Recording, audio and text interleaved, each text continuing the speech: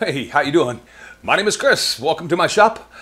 Just a quick video for you today. I've got some observations, which are both comical and interesting, that I want to pass on to you.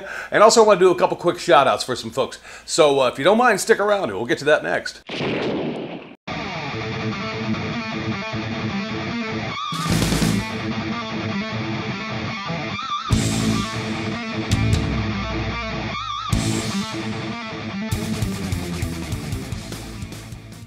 All right, just as a quick aside, I just got back from seeing my doctor, and what is it with doctors?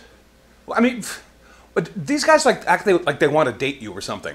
Have you ever gone into a doctor and have them say, everything looks great, I'll see you in 5 years? It doesn't friggin' happen. I go back from the doctor. You know, I'll talk about that in a second, but you could go to a doctor. He could say, well, Mr. Cute, everything looks great. Why don't you come back and see us in 6 months? What if I don't? I mean, what the heck? Why do I need to come back and see somebody in 6 months if everything is fine? And then you ask him, and he goes, well, let me see. It appears I have a fly fishing trip in Alaska in 6 months, and I could use the extra cash. Bite me? I'm not going. Anyway, yeah, I went to go see the hand doc. He said, 2 more weeks, and maybe I could get out in my shop and get busy. 2 weeks. I don't like doctors. Really, I'm going stir crazy here. Anyway, doctors aside, a quick observation I made, and this is almost as comical. Have you ever been inside Walmart at, let's say, 1, 2 o'clock in the morning? You know, or a big box store if you happen to live outside the United States, you know, one that's open 24 hours a day. Have you ever just kind of looked around and kind of people watched? It's interesting, I'm telling you.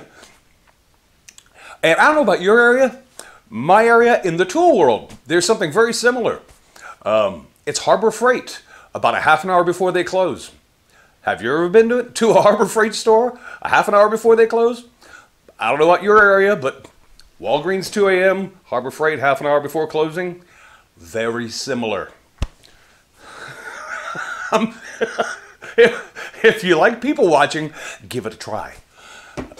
Hey, just quickly, I don't know if you saw it or not, I did a video not too long ago about food safe finishes, and I had several questions of people asking about mineral oil.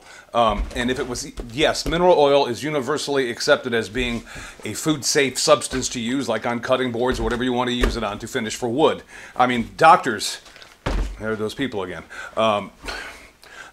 Doctors used to, they may still, I don't know, prescribe this stuff to people as a laxative, and which means that you had to actually drink it. And if you can drink it, I'm assuming it's probably food safe. So yes, the answer is yes, it is. Got a gripe. Half-inch drill bit. Half-inch dowel. Does this drill a half-inch hole? Yes. Matter of fact, perfectly. I've even measured this with my calipers. Perfect half an inch. Is this a half an inch? No. What is it with, you know what, hey, drill bit manufacturers and dowel maker people type companies, got an idea for you. Why don't you get on a Google Hangout together, a Skype call, or, you know, even you could even go old school and like pick up the telephone. Why don't you two talk to each other so that this is the same size as this? Because this is sold as a half inch. This is a half inch. This is sold as a half inch. This isn't a half inch. This is less than half of an inch. Would it be too much? I mean, and it's not just woodworking. 1 inch Forstner bit.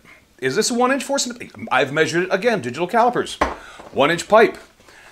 Is this 1 inch? No. It's 15/16. 1 inch.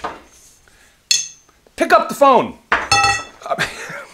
I was thinking my alternative was to go out and buy, you know what, maybe there's a metric that will fit these non-standard half-inch, 1 inch set that I could buy.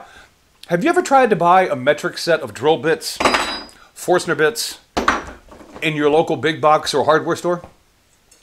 I don't know about elsewhere, But us folks here in the backwaters known as the United States of America, ain't no such beast. You can't find it. So please, guys, do me a favor. Hook up. Make our life a lot less miserable. All right, enough with my lunatic rants, I guess, for the moment. I want to give a quick shout out to my buddy Carol Kolonowski, KK Make YouTube channel, link down below. He's got a really cool challenge going on, and I wrote it down, Carol, because I didn't want to get the information wrong. It's the Next Generation Maker Challenge. The challenge ends Sunday, June 11th. So you've got a couple weeks left to get involved, and it's a really cool challenge. What it is it's you as an adult getting out in your shop and making something with a kid, somebody under 16 years of age, doing a video, a series of pictures, whatever it is, and then you submit it to him. He's got a lot of sponsors involved. I know that the Podcast Makers International, we're sponsoring it as well, as a bunch of other cool places too. So if you have the opportunity, grab a kid, get out in your shop, make something with the kid, and then send it off to Carl, either in picture form or in video form, and get yourself registered to win some stuff, because maybe you could share it with the kid. That would be kind of cool. As soon as I can find a kid, I'll try to get involved just in time to not be able to participate.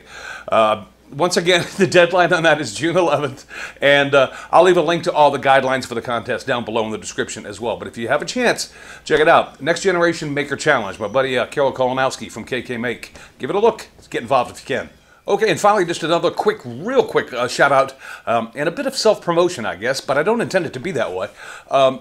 Speaking of the podcast, Makers International, in case you're not aware, we go live on YouTube every Sunday at 4:30 p.m. Eastern Time, right here on YouTube. And this week, we have the honor of getting to know a gentleman named Heath Knuckles.